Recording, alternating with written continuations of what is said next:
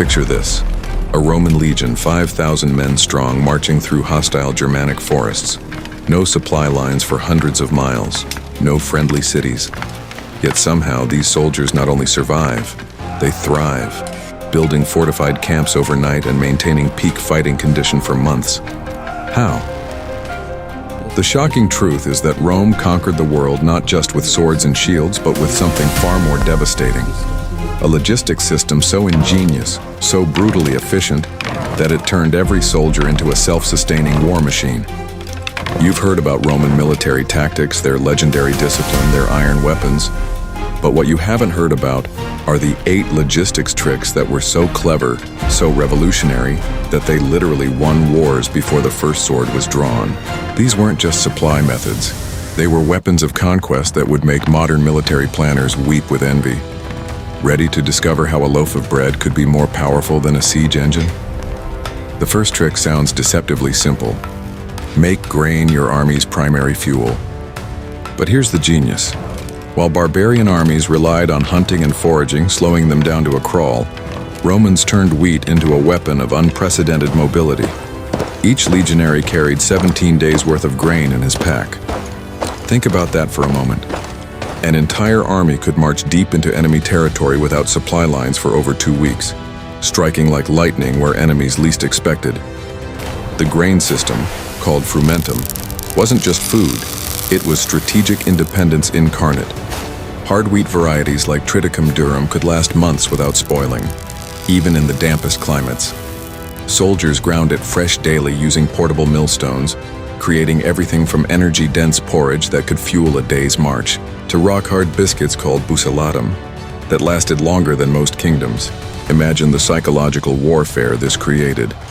While Celtic and Germanic tribes scrambled to feed their warriors with meat that spoiled within days, Romans marched relentlessly on grain that lasted entire seasons. Archaeological evidence suggests this single innovation extended Rome's operational range by over 300 miles beyond any competing army. When Arminius destroyed 3 legions in the Teutoburg forest, it wasn't Roman grain supplies that failed. It was betrayal and terrain that finally stopped the unstoppable. But grain alone couldn't explain Roman dominance. In 107 BC, General Gaius Marius introduced a reform so radical that soldiers initially rebelled against it. He made each legionary carry 60 Roman pounds of equipment, about 45 modern pounds, earning them the nickname Marius's Mules. Brutal? Absolutely. Genius? Beyond question. Before Marius, Roman armies dragged massive baggage trains behind them, thousands of wagons, slaves, and pack animals that moved at a snail's pace and screamed, "Attack me," to every barbarian scout within 50 miles. These vulnerable supply convoys were the Achilles heel of ancient warfare, requiring constant protection and limiting strategic mobility. Marius eliminated this weakness overnight with one stroke of revolutionary thinking. Each soldier now carried his own survival kit: grain rations for weeks, a bronze cooking pot, construction tools for building fortifications, 2 wooden stakes for camp palisades, his weapons, armor, and personal effects. The furca, a specialized carrying pole, distributed this massive weight efficiently across the shoulders, turning every legionary into a self-contained military unit. The results were immediate and devastating to Rome's enemies. Roman armies could now move at twice the speed of any competitor, appearing suddenly where least expected like military ghosts. Caesar's lightning-fast conquest of Gaul, covering hundreds of miles in mere weeks? Impossible without Marius's revolutionary load-bearing system. This self-sufficiency meant Romans could pursue fleeing enemies relentlessly, cross rivers without waiting for supply wagons, and survive when completely cut off from reinforcements. A tactical advantage that proved decisive in countless battles. Those famous Roman roads stretching 250,000 miles across the empire? They weren't built for trade and commerce. That was just the cover story that fooled historians for centuries. They were military supply superhighways, engineered with devastating precision. And here's the brilliant part that enemies never understood. These roads were designed so only Romans could use them effectively. Romans engineered these thoroughfares specifically for their standardized military wagons. The ruts were spaced exactly for Roman wheelbases. The gradients were calculated for fully loaded Roman supply carts. The bridge dimensions matched Roman engineering specifications perfectly. Every 20 miles stood a military way station called a mansio, fortified and perpetually stocked with supplies, creating an unbreakable chain of resupply points across continents. This network meant a supply convoy departing Rome could reach the foggy shores of Britain in just 27 days. Unprecedented speed that made the ancient world seem to shrink before Roman efficiency. But the real genius lay in weaponizing infrastructure itself. These roads funneled enemy movements into predictable routes, while Romans knew every shortcut, every defensive position, every tactical advantage the terrain offered. When Germanic tribes captured sections of Roman roads during their rebellions, they discovered something maddening. The roads were almost useless for their different wagon designs and cavalry formations. The standardized Roman system had turned infrastructure into a weapon that worked only for its creators, controlling movement across entire continents with the precision of a military chess game. Every single night on campaign, without exception, Roman soldiers built a fortified camp, a castra. Not sometimes when they felt threatened, not when convenient. Every single night. This wasn't simply setting up tents like some ancient camping trip. Within 3 hours, 5,000 exhausted men could construct a defensive position that would take enemy armies days to breach if they could breach it at all. How did they achieve this impossible speed? Through brutal standardization that eliminated all guesswork and hesitation. Every soldier knew exactly where his tent belonged in the camp layout. Streets always ran the same direction. The Via Principalis east-west, the Via Praetoria north-south. The commander's tent, the Principia, always occupied dead center like the hub of a military wheel.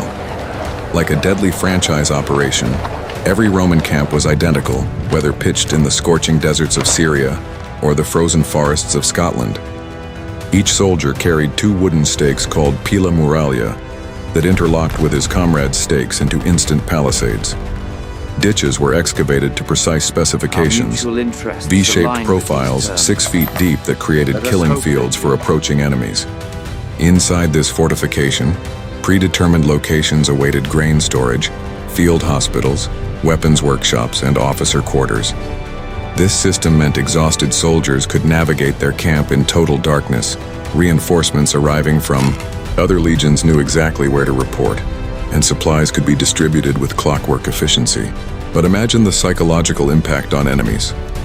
Approaching at dawn, expecting to find a vulnerable sleeping army, they instead discovered a fully operational fortress bristling with defenses. Many battles were won before they began, simply through the demoralization this daily miracle of engineering created, while barbarian armies stripped conquered regions bare like voracious locusts, leaving devastation and famine in their wake. Romans practiced something far more sinister and sophisticated, calculated requisition that transformed conquered territories into permanent supply bases for future campaigns. They called this systematic exploitation frumentatio, and it reveals the cold genius of Roman imperial strategy. Romans divided occupied regions into carefully planned zones, immediate extraction areas for current needs, reserved territories for future campaigns, and protected regeneration zones where agriculture could recover. Here's the diabolical brilliance that modern military strategists still study. Romans extracted exactly enough resources to feed their armies while leaving local populations just enough to survive and continue producing. They had calculated the precise threshold between useful exploitation and counterproductive destruction. Local leaders were made personally responsible for meeting grain quotas. Miss your delivery deadline? Your village burned and your family faced slavery.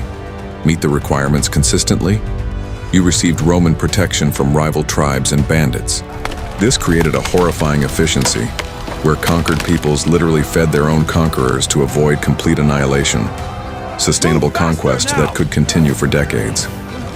Romans even issued receipt tokens promising future payment for requisitioned goods, payments that rarely materialized. But the masterpiece of this system lay in its rotation. They systematically cycled requisition zones, allowing devastated areas to recover while draining fresh territories. This meant Roman armies could campaign in the same regions for years, without causing total economic collapse, and therefore without destroying their own future supply sources. Imagine the psychological warfare this created. Enemy tribes watching their own territories methodically feeding the Roman legions that oppressed them, unable to break the cycle without facing immediate destruction.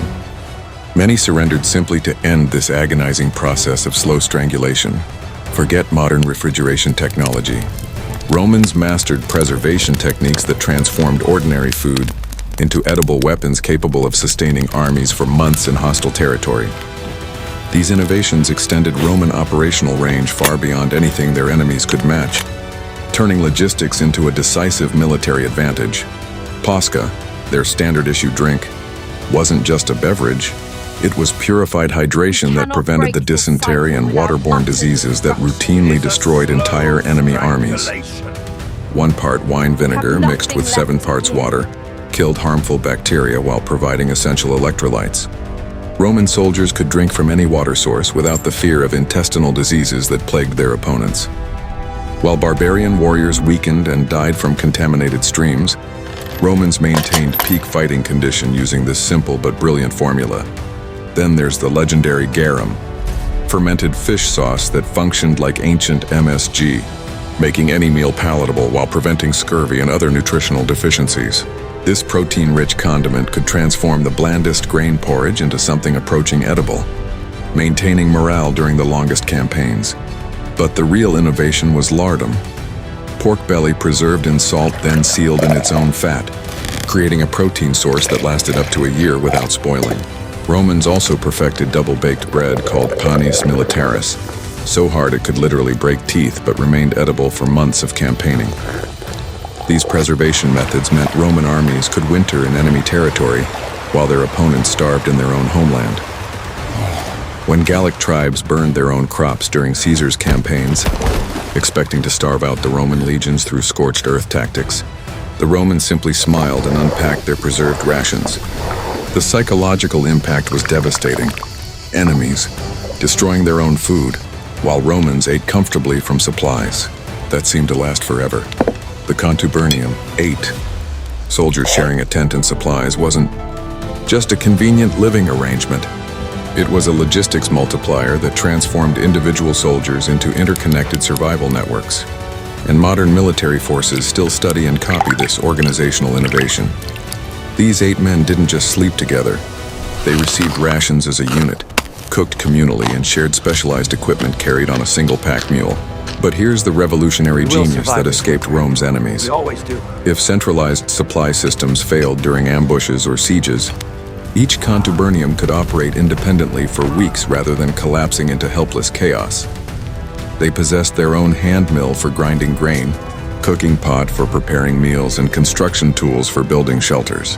When one soldier fell sick or was wounded, 7 others automatically covered his duties without requiring orders from officers. When supply trains were destroyed by enemy raids, 80 independent units continued functioning efficiently instead of 5,000 helpless individuals waiting for rescue. The psychological impact was equally brilliant. These 8 men became genuine brothers, sharing the grinding daily labor of milling grain, rotating guard duties while others prepared food, and developing intimate knowledge of each other's strengths and needs.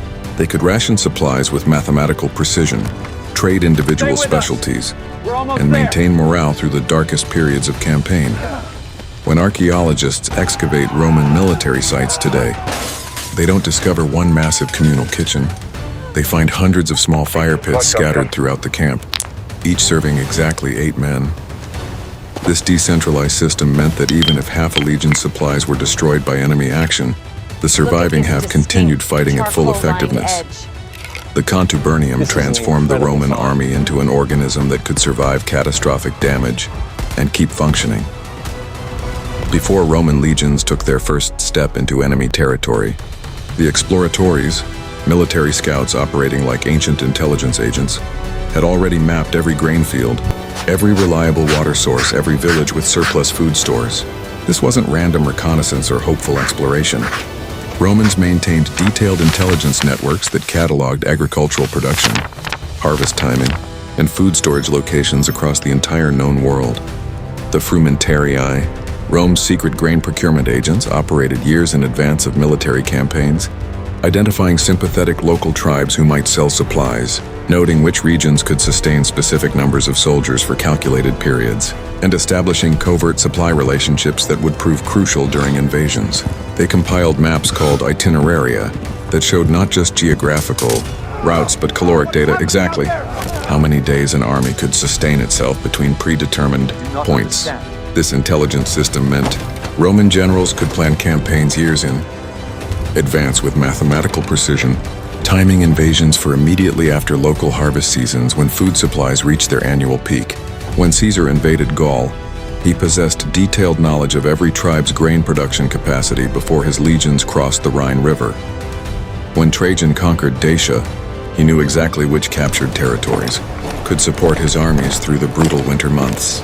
Enemy commanders facing Roman invasions often believed their opponents possessed supernatural abilities. How else could foreign armies appear so perfectly supplied in unfamiliar territory? The truth was far more threatening than magic. Romans had systematically cataloged and infiltrated their enemies' economic infrastructure years before the first sword was drawn. This intelligence network transformed military logistics from guesswork into precise science, giving Roman armies an insurmountable advantage over opponents who relied on improvisation and hope. These 8 logistics innovations didn't just win individual battles. They constructed an empire that endured for over a millennium, outlasting every competing civilization. Consider the staggering scope. Rome's military system simultaneously fed 400,000 professional soldiers across 3 continents for centuries, a logistical achievement that wouldn't be matched again until the Industrial Age. Every modern military force studies Roman logistics as the foundation of strategic planning. The United States Army's MREs, meals ready to eat, are direct descendants of Roman bucelatum hardtack. Forward operating bases established in Iraq and Afghanistan follow the same standardized layout principles as Roman castra. The Swiss military's distributed supply system mirrors the Cantaburnian model, creating resilient networks that function despite catastrophic disruption. But here's the profound lesson that transcends military history. This is incredible! Rome understood that wars aren't won by individual heroes or brilliant tactics. They're won by the unglamorous, systematic work of feeding soldiers, moving supplies, and building infrastructure. Their true genius wasn't tactical innovation, but transforming logistics into an exact science, creating systems so robust they could sustain an empire for centuries. The gladius sword became the symbol of Roman power, but it was the grain sack that built the empire. Those roads that carried trade also carried conquest. Those camps that sheltered soldiers also projected power. Those supply systems that fed armies also sustained civilization itself. So the next time you hear about Roman military dominance, remember the shocking truth. It wasn't superior weapons or tactical brilliance that conquered the world. It was 8 ingenious logistics tricks that turned ordinary soldiers into an unstoppable force, creating an empire so enduring that we still live in its shadow today. Found this revelation about Rome's hidden military secrets fascinating? Subscribe for more buried truths about history's greatest empire, and tell me in the comments, which of these 8 logistics tricks shocked you most? I read every response, and your insights often inspire future investigations into the eternal empire that changed our world forever.